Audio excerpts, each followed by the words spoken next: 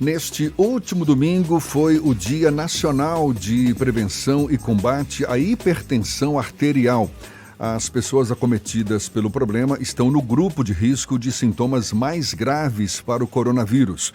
E no Brasil há uma parcela considerável de crianças e adolescentes com esta comorbidade. A Organização Mundial da Saúde estima que no país aproximadamente 17% das crianças sejam hipertensas. A gente conversa mais sobre o assunto com a médica cardiopediatra Nayara Galvão, nossa convidada aqui no Issa Bahia. Seja bem-vinda. Bom dia, doutora Nayara. Muito bom dia, Jefferson, Fernanda. É um prazer estar com vocês agora no ar falando sobre isso. A hipertensão muitas vezes não é considerada na infância e o diagnóstico é feito de forma tardia por falta de inclusão da medida rotineira de pressão arterial. E aí, como você falou, o acometimento de crianças e adolescentes não é desprezível. Agora, esse número, 17% de crianças brasileiras hipertensas, é um número que assusta, não é? Qual a causa de tantas crianças hipertensas no Brasil? Muito se deveu às mudanças nos hábitos de vida. Então, hoje a gente vê crianças mais sedentárias, com tempo prolongado de tela, alimentação muito rica em calorias e sódio, e aí isso leva ao aumento da hipertensão chamada primária. Mas nas crianças ainda acontece também a hipertensão secundária devido a outras doenças que antigamente iriam matar num período mais precoce da vida, mas que hoje permanecem e aí acabamos tendo que lidar com as consequências delas ao longo da vida das crianças. As pessoas hipertensas, as pessoas em geral que têm hipertensão, elas são consideradas grupo de risco, não é? Para esse novo coronavírus, para o desenvolvimento de sintomas mais graves da doença. No caso de crianças hipertensas, é o mesmo cuidado que deve-se ter também, caso sejam acometidas pela Covid-19, podem desenvolver também sintomas mais graves? Com certeza, qualquer pessoa portadora de alguma doença crônica já vai ter seu organismo mais vulnerável a apresentações mais graves da doença. Então, as crianças com pressão alta, com doenças de coração, também são incluídas nesse grupo de risco e devem redobrar a atenção em relação aos cuidados de higiene das mãos, uso de máscara, isolamento social, entre outros recomendados pelo Ministério da Saúde. A senhora falava de hipertensão primária e secundária. A secundária que é mais frequente em crianças, é isso? Justamente, ela é secundária a doenças principalmente dos rins. Então, doenças do parênquima renal, da vasculatura renal e uma doença cardíaca chamada coarctação de aorta. Mas além dessas três que são as principais, existem outras causas como tumores, feocromocitoma, que podem levar a aumento da pressão arterial em crianças e que vão ter outros sinais e sintomas que vão sugerir ao pediatra que aquela pressão alta seja por uma causa secundária e não primária. Quer dizer, aparece como consequência de uma outra doença, não é isso? O Fernando Duarte tem uma pergunta para fazer para a senhora também. Doutora, como é que funciona? A senhora citou que às vezes é muito incomum o diagnóstico precoce, que as crianças e adolescentes vão descobrir que tem algum problema de hipertensão depois de algum tempo. É por uma omissão dos pais, do médico, ou é mais desconhecimento de todo mundo nesse sentido? É um desconhecimento de toda a equipe, Fernando. A hipertensão é uma doença silenciosa. Então, pode não demonstrar muitos sinais e sintomas e os pais não vão referir eles ao médico. Por outro lado, o médico pode não avaliar a pressão, a gente tem visto isso como uma rotina, porque pensa-se que é uma doença de adultos. Então, as crianças acabam não sendo avaliadas e diagnosticadas muito tardiamente. Como é feito esse diagnóstico? Quais são as características que um pai precisa relatar para um médico começar a identificar que pode ser um problema de pressão arterial numa criança e num adolescente? Quando a hipertensão é primária, os pais podem observar logo sobrepeso, obesidade, uma história familiar de hipertensão e as crianças também podem apresentar sinais e sintomas semelhantes ao dos adultos, como zumbido no ouvido, sangramento no nariz, dor de cabeça, dor no peito pode ser referido também. Então, esses são indícios de que aquela criança possa estar com a pressão elevada.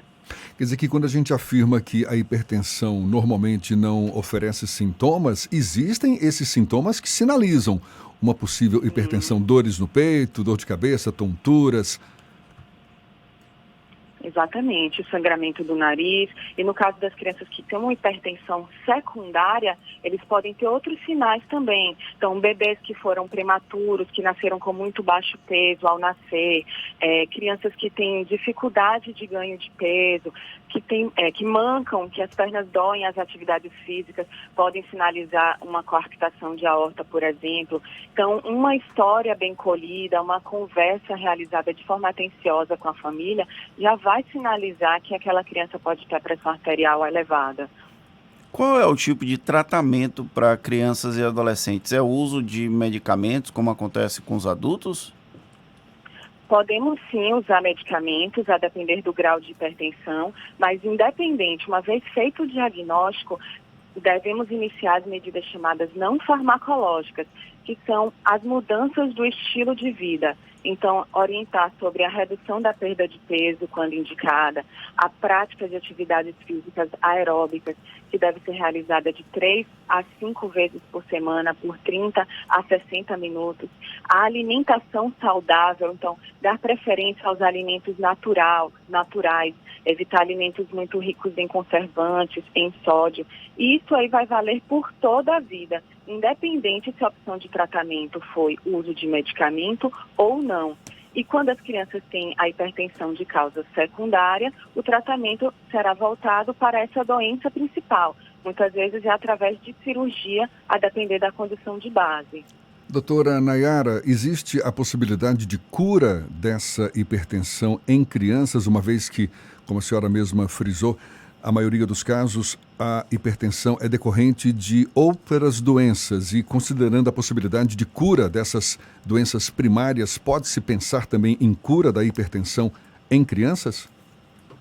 Sim, então se for a hipertensão secundária devido a essas outras doenças, podemos sim falar em cura, como a coarctação de aorta, um feocromocitoma, mas quando é feito o diagnóstico de hipertensão primária ou essencial, que é essa que nós conhecemos mais, que está relacionada à hereditariedade, às mudanças de estilo de vida, essa vai demandar um tratamento por toda a vida.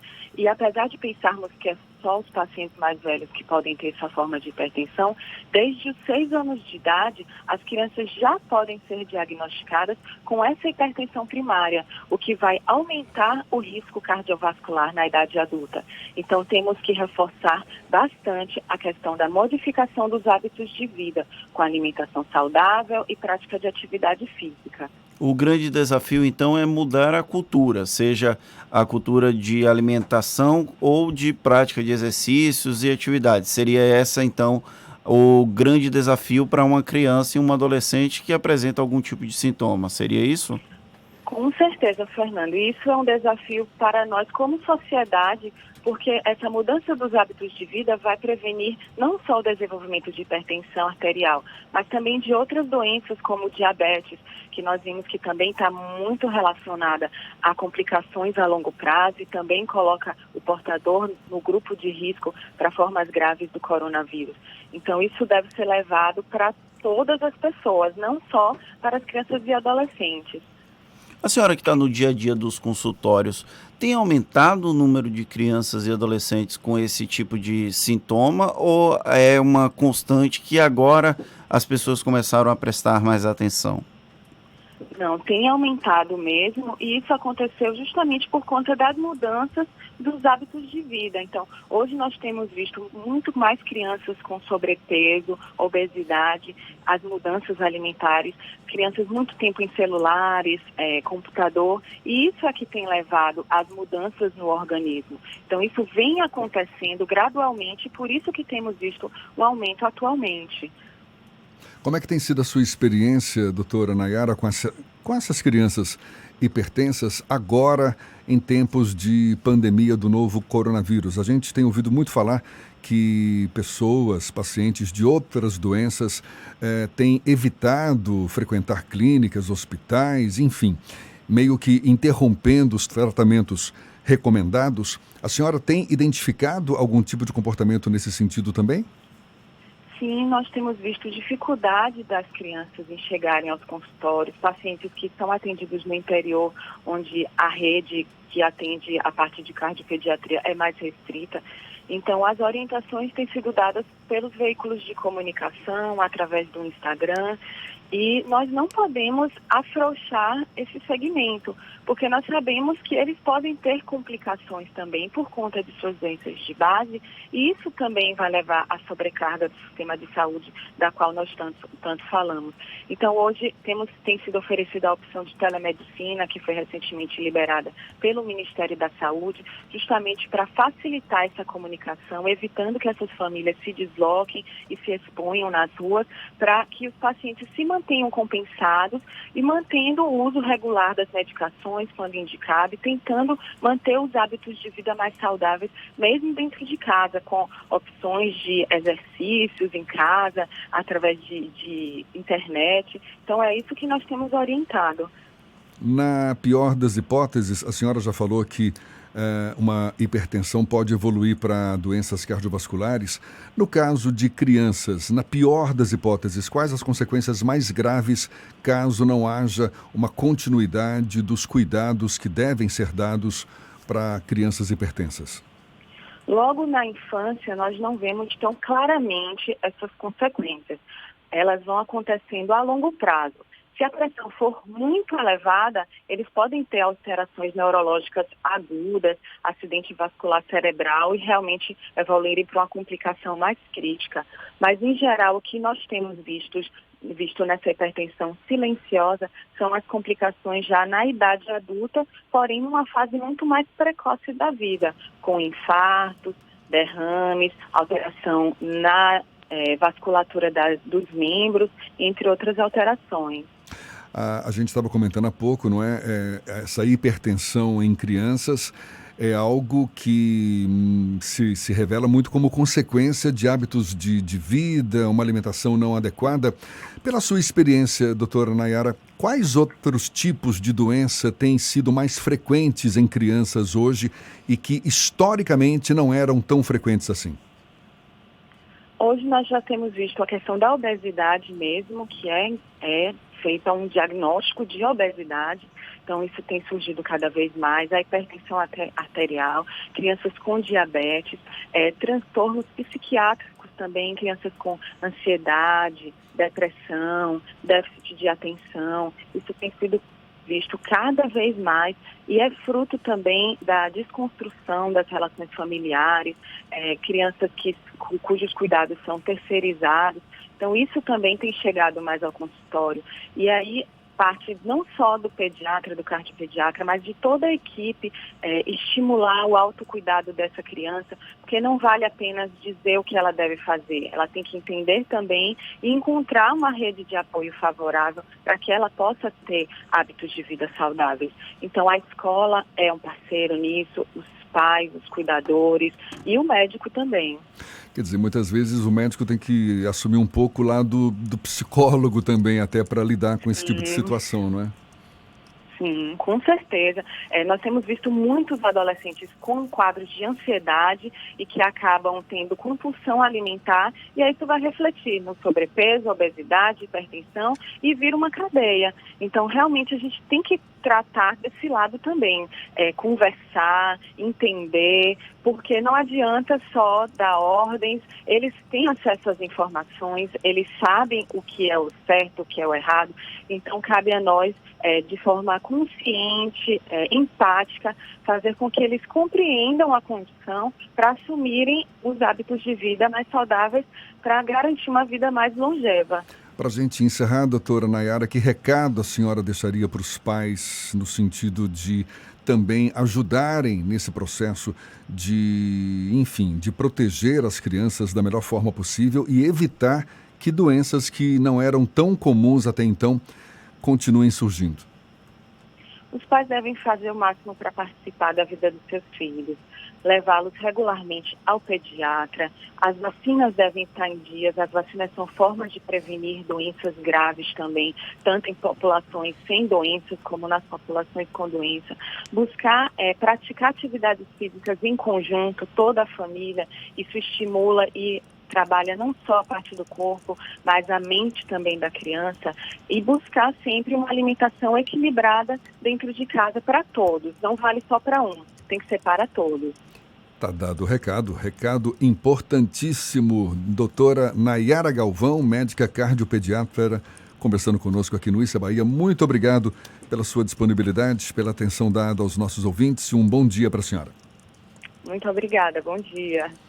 A gente lembra que esse papo todo vai estar disponível também logo mais nos nossos canais no YouTube, Spotify, iTunes e Deezer. Agora 7:22 na Tarde FM.